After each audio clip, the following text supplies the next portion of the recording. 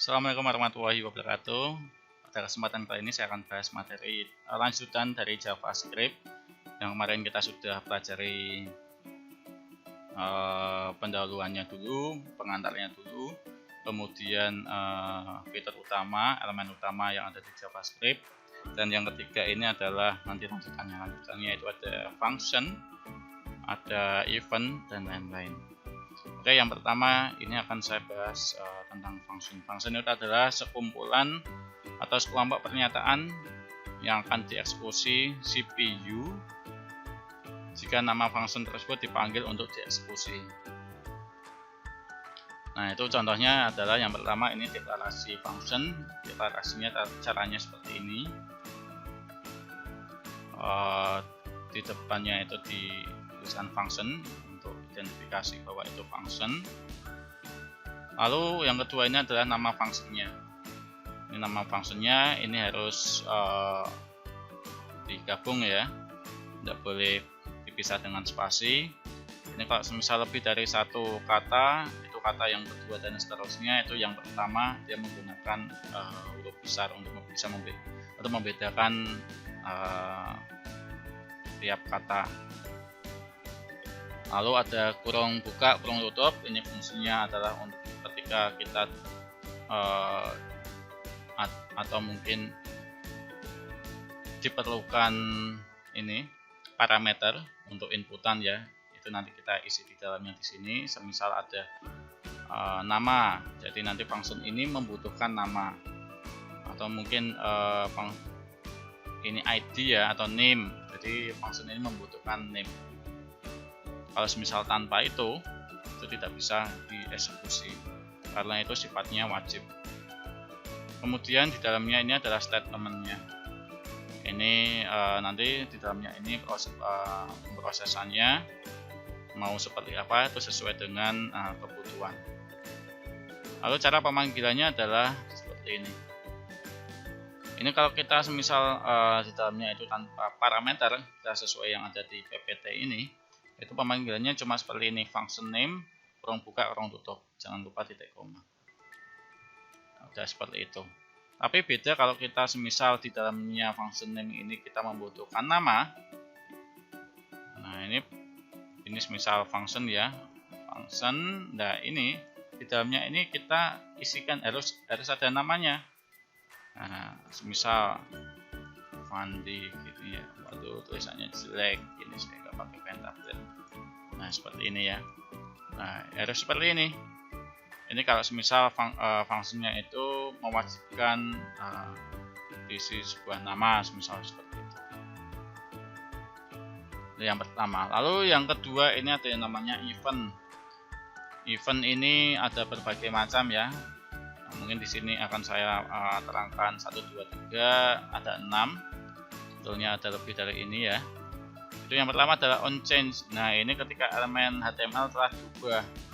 Ini contohnya adalah ketika semisal ada dropdown ya, ada dropdown isinya adalah semisal ada S1, biasanya ini di pemilihan kota, provinsi gitu ya. Semisal provinsi Jawa Tengah, nanti yang kotanya itu juga yang muncul sesuai yang provinsi Jawa Tengah. Kalau semisal DIY Yogyakarta gitu ya, nanti ya yang muncul kotanya adalah Yogyakarta. Itu dia menggunakan on change ini. Kalau HTML-nya berubah, nanti otomatis akan mempengaruhi yang lain. Kalau yang kedua ini adalah on click. Ini contohnya adalah button submit ya. Itu kalau kita menggunakan JavaScript itu kita bisa menggunakan event on click di sini. Ketika form semua sudah diisi, kita akan simpan, kita klik simpan itu. Di belakang tulisan simpan itu ada on click-nya ini. On click-nya ini akan mengarahkan ke function ya. Functionnya itu nanti fungsinya untuk menyimpan isian dari formulir itu dikirim ke server, semisal seperti itu. Lalu ini ada on mouse over ya. Ini untuk menggerakkan mouse di dalam elemen HTML. Nah, ini kalau semisal mouse-nya ini akan saya arahkan ke yang ini ya, yang tadi yang di apa namanya, semisal ini ya, gambarannya seperti ini. Ini saya kasih fasilitas on mouse over. Kalau semisal ini user ini mau memasuk mouse-nya dimasukkan ke sini, digerakkan. Nah, ini akan memproses apa itu? Nah, proses apa? Ini biasanya diarahkan ke function. Kalau semisal ini diarahkan ke sini, nanti otomatis muncul pop up. Nah, contohnya seperti itu. Gambarnya membesar. Semisal di sini adalah gambar. Kalau semisal ini mouse-nya saya akan masuk ke sini, otomatis nanti gambarnya membesar. Nah, itu function di belakangnya itu akan membesarkan gambarnya.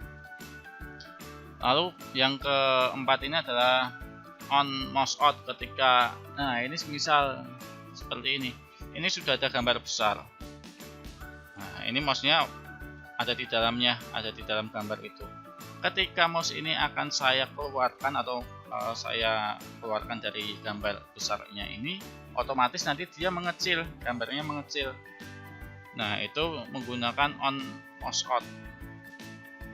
Jadi nanti kalau semisal mouse-nya ini sudah di luar area gambar ini, gambarnya itu otomatis mengecil sendiri. Lalu ada yang kelima ini ada on key down. Ini adalah penggunaan menekan tombol keyboard. Ketika menekan tombol keyboard, contohnya escape atau yang lain, itu apa yang dilakukan? Nah, apa yang dilakukan itu seperti biasa, function yang melakukannya. Lalu kalau yang terakhir ini adalah on load. Nah, ini adalah ketika kita mengunjungi suatu website.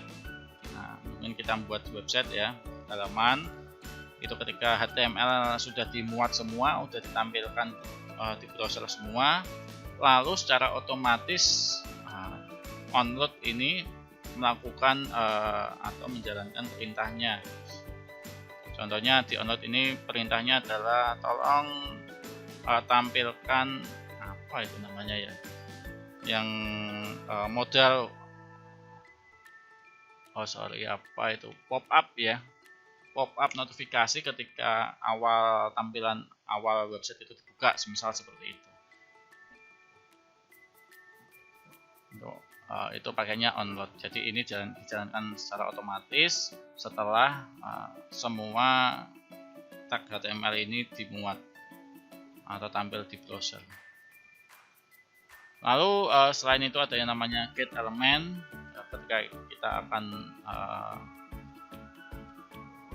memanggil atau bahkan kita juga bisa mengedit di tag HTML. Itu ada beberapa cara ya. Itu yang cara pertama adalah kita bisa memanggil berdasarkan nama kelasnya. Semisal ini saya gambarkan langsung, ini ada semisal ada box ya. Ini kelasnya adalah semisal nama. Nah, ketika ini saya mau panggil ini C ini simbolnya kelas. Ini memanggil kelas berdasarkan nama. Jadi kalau misal saya mau mengambil tolong panggil tag dengan kelas nama, itu caranya adalah get element by class name. Class name-nya apa? Nama. Nah, ini contohnya di sini, dokumen titik get element by class name. Apa yang dipanggil? Lalu kalau ketika sudah memanggil, kemudian dilakukan apa? Misal nilainya diganti. Nah, itu nanti setelah ini ya. Ini memanggil dulu. Memanggil ini. Lalu kemudian ada lagi get element by ID. Nah, ketika di box ini ada ID, misal saya tuliskan I itu ID ya. ID-nya semisal nama juga, nama. Nah, nanti di get element by ID di dalamnya ini juga nama. Lalu get element by name. Name itu berarti contohnya adalah biasanya itu di form ya. Form itu input tipe teks, name-nya apa, biasanya dinamai name itu ya. Itu kita manggilnya menggunakan get element by name. Lalu yang terakhir ini adalah get element by tag name. Ini adalah untuk tag name-nya. Contohnya semisal ini ada tag div, tapi div itu umum ya, sering digunakan. Selain itu semisal ada tag select ya, itu ada di form. Nah, tag select ada di form, sehingga semisal get element by tag name select, dia akan memanggil form, memanggil tag select itu ya yang ada di dalam form. Nah, ketika kita sudah berhasil memanggil, kita bisa mengganti isinya yang sebelumnya itu ya. Kita bisa mengganti isinya yang sebelumnya, atau bahkan kita bisa mengisi yang sebelumnya tidak ada. Itu kita ada contohnya. Di sini ada 4 ya. Yang pertama adalah kita bisa menggunakan inner HTML. Inner HTML nantinya contohnya ada di bawah ini, dokumen get element, misal ID-nya itu namanya demo. Inner HTML nanti akan saya isi, saya akan ganti isinya itu dengan 5 ditambah 6. Nah, di sini karena di sini dia adalah penjumlahan. Kok tahu penjumlahan? Karena di sini nggak ada quote-nya, nggak ada petiknya.